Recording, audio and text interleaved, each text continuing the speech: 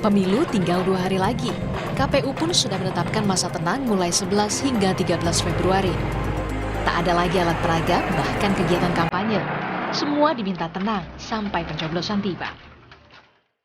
Lalu, bagaimana di jagat maya? Akun-akun pendengung alias buzzer benarkah masih bebas bergerak di masa tenang? Bawaslu pun sudah mewanti-wanti peserta pemilu dan warganet tak berkampanye di media sosial. Patroli siber pun diintensifkan Bawaslu 24 jam non-stop, memastikan tak ada kampanye di jagat maya. Dugaan pelanggaran hukum lainnya, adanya pelanggaran Undang-Undang ITE, maka kami akan merekomendasikan kepada kepolisian. Nah, ini yang berproses. Jadi patroli cyber yang dilakukan oleh Bawaslu 1 kali 24 jam selama masa tenang ini difungsikan untuk satu, memastikan tidak ada lagi akun media sosial yang terdaftar yang masih menyampaikan soal kampanye pasangan tertentu. Dua, untuk memastikan akun media sosial yang milik akun-akun personal itu tidak memenuhi unsur-unsur yang seharusnya tidak dilakukan ya. Misalnya tadi menghasut, memfitnah, mengadu domba gitu ya. Karena kita punya undang-undang ITE yang berlaku dan menjadi kewenangan Bawaslu untuk melakukan penanganan pelanggaran hukum lainnya. Yang berikutnya, kalau soal money politik kita sama-sama tahu 523 ayat 2 di masa tenang kalau itu dilakukan maka sanksinya adalah pidana pemilu. Sanksinya 4 tahun, untuk pidana penjara ditambah 48 juta ya kalau nggak salah untuk dendanya, penambahan dendanya. Lalu, apa saja yang dilarang di masa tenang ini?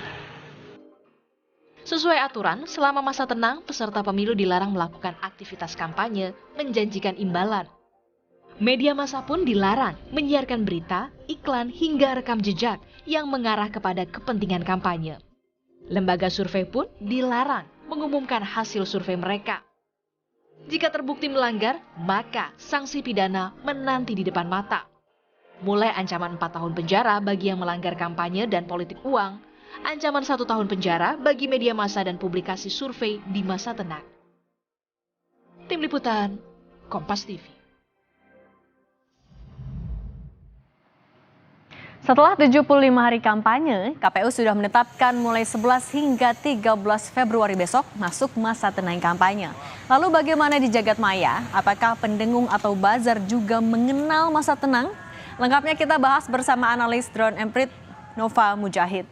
Mas Nova, selamat sore. Kalau di lapangan kan jelas ya bisa dilihat spanduk, baliho dan lain-lain sudah dibersihkan. Nah, kalau di jagat maya seperti apa?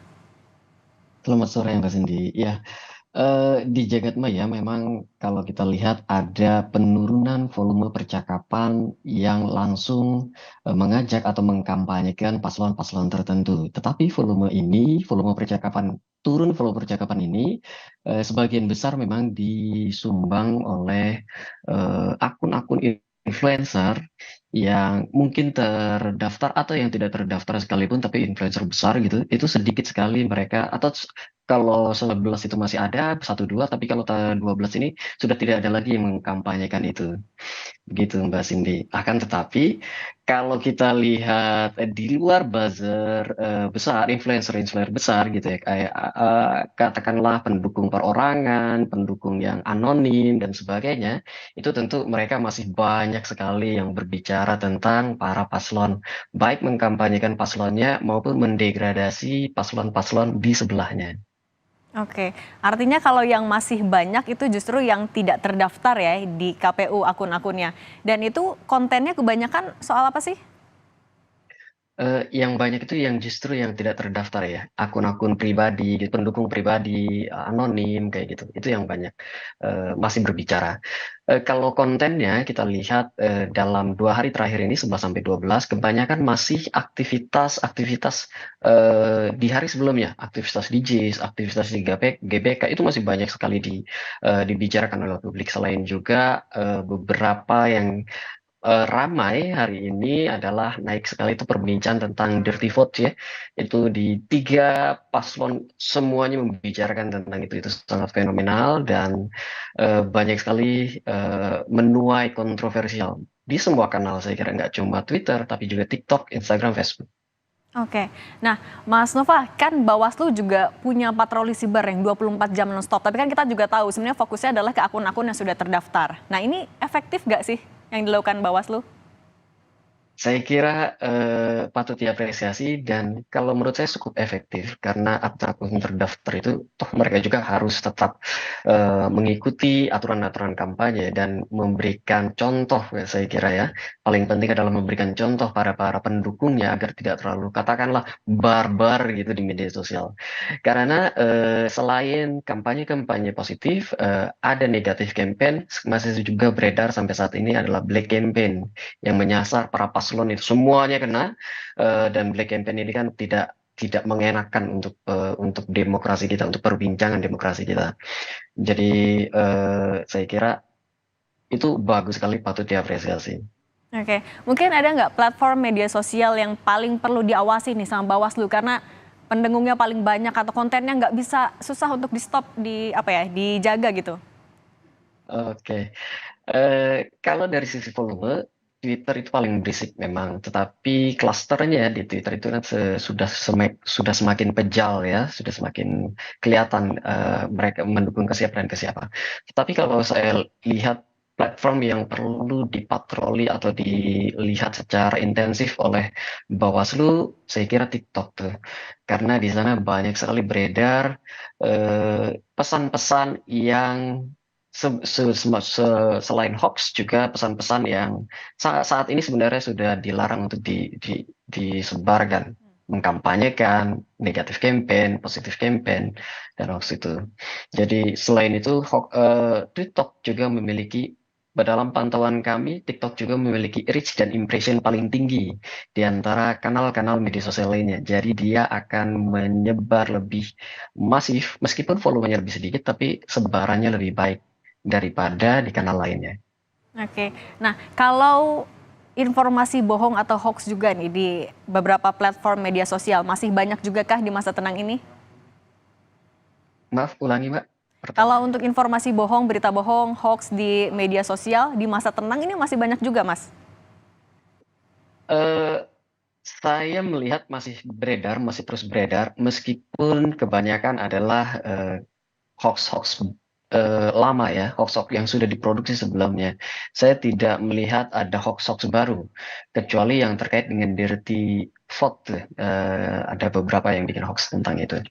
Tetapi dari sisi volume peredaran hoaxnya dari volume produksi hoaxnya eh, 11-12 ini relatif lebih sedikit dibanding hari-hari sebelumnya, Mbak. Oke, udah mulai nurun ya. Nah, kan tadi ada TikTok, Twitter, juga kemudian informasi hoax juga masih ada meskipun sudah menurun. Perlukah ada kerjasama Bawaslu dengan Siber Polri untuk menindak? Saya kira untuk di media sosial tindakan akan mengirim pesan yang tegas kepada para penyebar hoax. Akan tetapi saya meragukan efektivitasnya karena kita belajar dari 2019, 2017, 2014 peredaran hoax itu akan sangat sulit sekali dibendung. Terutama dari pendukung personal ya. Mereka mendapatkan informasi setengah lalu ada ditambahin narasi sedikit-sedikit sesuai dengan ini mereka, sesuai dengan selera mereka kayak gitu. Itu akan sangat sulit dibendung narasi hoax seperti itu.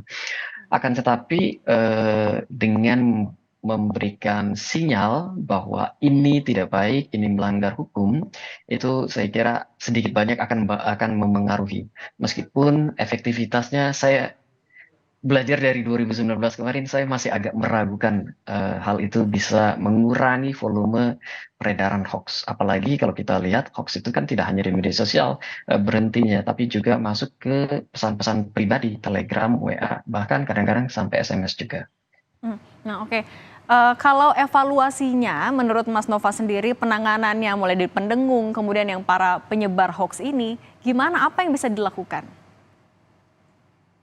Em, saya kira balik lagi rumusnya pada edukasi sih ya. Karena hoax itu kan dia berisi sedikit kebenaran, sebagian kebenaran, dan sebagian lagi narasi-narasi bohong ya. narasi bohong itu kan yang menjadi berbahaya. Nah, saya kira kita kembali lagi pada edukasi bagaimana caranya memproses informasi yang sedemikian masifnya di media sosial, sedemikian ramainya dia masuk ke pesan-pesan grup WA keluarga kita. Saya kira informasi-informasi tentang cara menyaring informasi itu, edukasi-edukasi tentang cara menyaring informasi itu justru lebih penting dibanding hal lainnya, karena saya kira dia lebih efektif ya, membekali orang-orang di sekitar kita dengan cara mengenali informasi. Begitu, Mbak.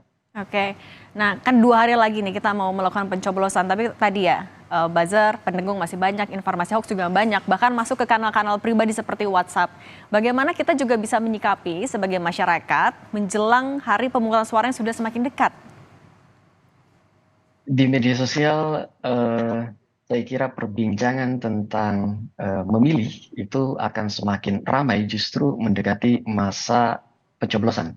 Belajar dari 2019, perbincangannya justru semakin ramai, Mbak, dari bukan influencer ya, tapi dari para pendukung pribadi gitu. Mereka menyuarakan, aku mau mendukung ini, saya mau mendukung itu, saya tidak mau memilih ini dan saya tidak mau memilih itu. Di media sosial itu justru semakin ramai mendekati hari pencoblosan. Selain juga mereka kebanyakan membicarakan tentang potensi-potensi kecurangan, potensi apa yang harus dilakukan ketika memasuki TPS. Jadi ada sedikit pekerjaan KPU di sana, edukasi untuk memilih kayak gitu dan seterusnya. Saya kira itu yang perlu diangkat tuh ya, atau perlu dimasifkan perbincangannya adalah tentang bagaimana caranya masuk ke TPS, memilih dan seterusnya, bagaimana caranya kita mengenali para caleg dan capres kita, karena eh, informasi tentang caleg terutama itu sangat minim sekali. Lebih banyak orang berbicara tentang capres, dan kayaknya kita sudah terlalu banyak informasi tentang capres sehingga sudah cukup jauh, sudah cukup untuk para akun-akun para pribadi-pribadi di media sosial ini yang menentukan pilihannya. Tetapi kalau caleg kayaknya masih banyak tuh yang masih harus dipelajari, masih harus didalami gitu. Jadi itu cara mencoblos, bagaimana tahapannya, sosialisasinya, jam berapa, masuk jam berapa, bagaimana alurnya dan sebagainya, dan bagaimana cara menyaring informasinya. Saya kira kalau perbincangan ini tidak mungkin kita stop, akan selalu tinggi, akan terus meninggi, tapi itu 2 hal yang sangat penting ya, Pak. Oke, artinya juga selain Bawaslu ataupun juga pemerintah yang terkait ya, stakeholder turun tangan untuk membendung, tapi juga kita sebagai publik mungkin bisa saling mengedukasi ya, menggantikan konten-konten kampanye di masa tenang dengan edukasi soal pencoblosan. Terima kasih banyak Mas Nova atas informasinya dan waktunya untuk Rumah Pemilu. Sama-sama Mas Cindy. Dan saudara, usai jeda kami akan kembali